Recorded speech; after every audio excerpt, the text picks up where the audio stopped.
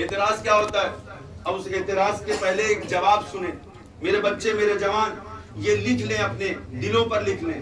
ہم جس کو نبی مانتے ہیں وہ ولادت سے پہلے بھی معصوم ہوتا ہے، مرنے کے بعد بھی معصوم ہوتا ہے. بے شک. سمجھ لیں معصوم کا مطلب سمجھا آپ نے؟ معصوم کا میننگ یہ ہوتا ہے نہ سوتے میں اس سے کوئی گناہ ہو سکتا ہے، نہ جان بوجھ کے کوئی وہ سوچ بھی نہیں سکتا ہے گناہ کا. ہمارا عقیدہ ہے، امامیہ کا عقیدہ ہے. میں بچوں کے لیے بیان کر رہا ہوں تاکہ ان کی سمجھ میں آئے کہ ہم کیسے کو نبی مانتے.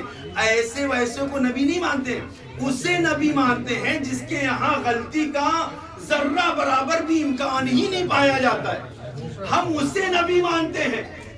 لیکن وائے ان کی قسمتوں پر جنہوں نے نبی کو بھی صحیح نہیں مانا. یا رسول اللہ کا نعرہ بلند کرنا اور ہے، دل میں رسول کی محبت کو بٹھانا، دل میں ان کی معرفت کو بٹھانا اور ہے.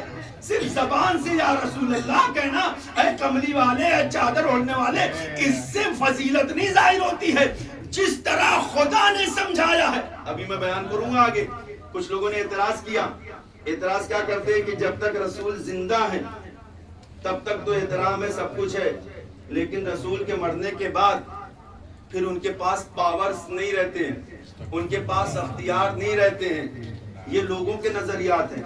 اور افسوس کا مقام یہ کہ مسلمانوں میں لوگوں کا عقیدہ ہے. ہاں، یہ میں غیروں کی بات نہیں کر رہا ہوں، اپنے مسلمانوں میں لوگوں کا عقیدہ کہ رسول کی آنکھیں بند ہوئی کہ اس کے پاورز ختم، اس کے اختیارات ختم. میرے بچوں، میرے جوانوں، اس کو گھٹی میں باندھ کر رکھ لو کہ رسول کا اختیار جیسے اس کی ولادت سے پہلے نور کے عالم میں ہے، مرنے کے بعد اس سے کہیں زیادہ اس کا اختیار ہے. ہم اس کے مرنے کے قائل ہی نہیں ہیں. جب ان کا چاہنے والا نہیں مرتا تو وہ کیسے؟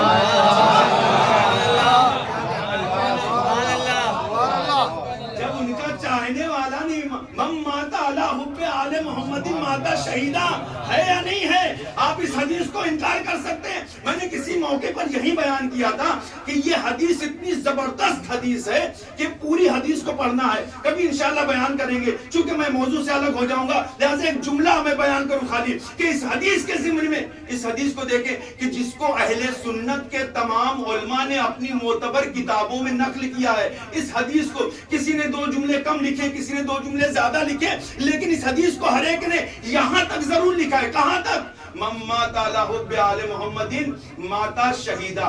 پہلے والے کا ترجمہ کر دوں، اس کے بعد والا ترجمہ میرے بچوں کے لیے آسان. بیٹا میری طرف متوجہ رہیں. انشاءاللہ ہر مجلس سے ایک کوشچن آپ کے لیے رہے گا کہ ہم جو اہل بیت محمد و آل محمد کی محبت میں مر جائے وہ مرتا نہیں ہے، وہ شہید ہوتا ہے. شہید اللہ کی طرف سے رزق حاصل کرتا ہے. من مات علی حب آل محمد ماتا مغفورا، وہ مغفرت کیا ہوا مرتا ہے. من مات علی حب آل محمد ماتا تائبا، وہ توبہ کیا ہوا مرتا ہے. من مات علی حب آل محمد ماتا مستکمل الایمان، وہ جب مرتا ہے تو اس کا ایمان ناقص نہیں ہوتا ہے، اس کا ایمان کامل ہو جاتا ہے. تب اس کے بعد اس دنیا سے جاتا ہے. ظاہر سی بات ہے ایمان کامل لے کر وہی جائے گا کہ جو کل ایمان کا مالک ہے. سلوات پڑھے نا مل جل کر محمد.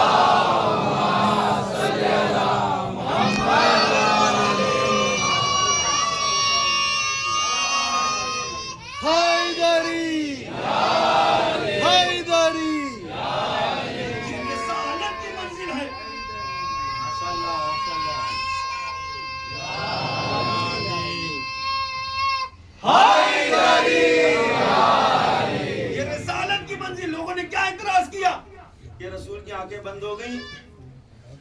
یہیں سے ایک نظریہ آیا ہو کیا کہ آپ ان کی قبروں پہ جا کے مانگ نہیں سکتے. قبر پہ جانا بدعت، روزے میں جانا بدعت، دعا مانگنا بدعت. اما تمہیں اپنے اماں کے وجود بدعت نظر نہیں آتا ہے، رسول کا روزہ بدعت نظر آتا ہے. ہاں، تمہیں اپنا وجود بدعت نظر نہیں آتا ہے.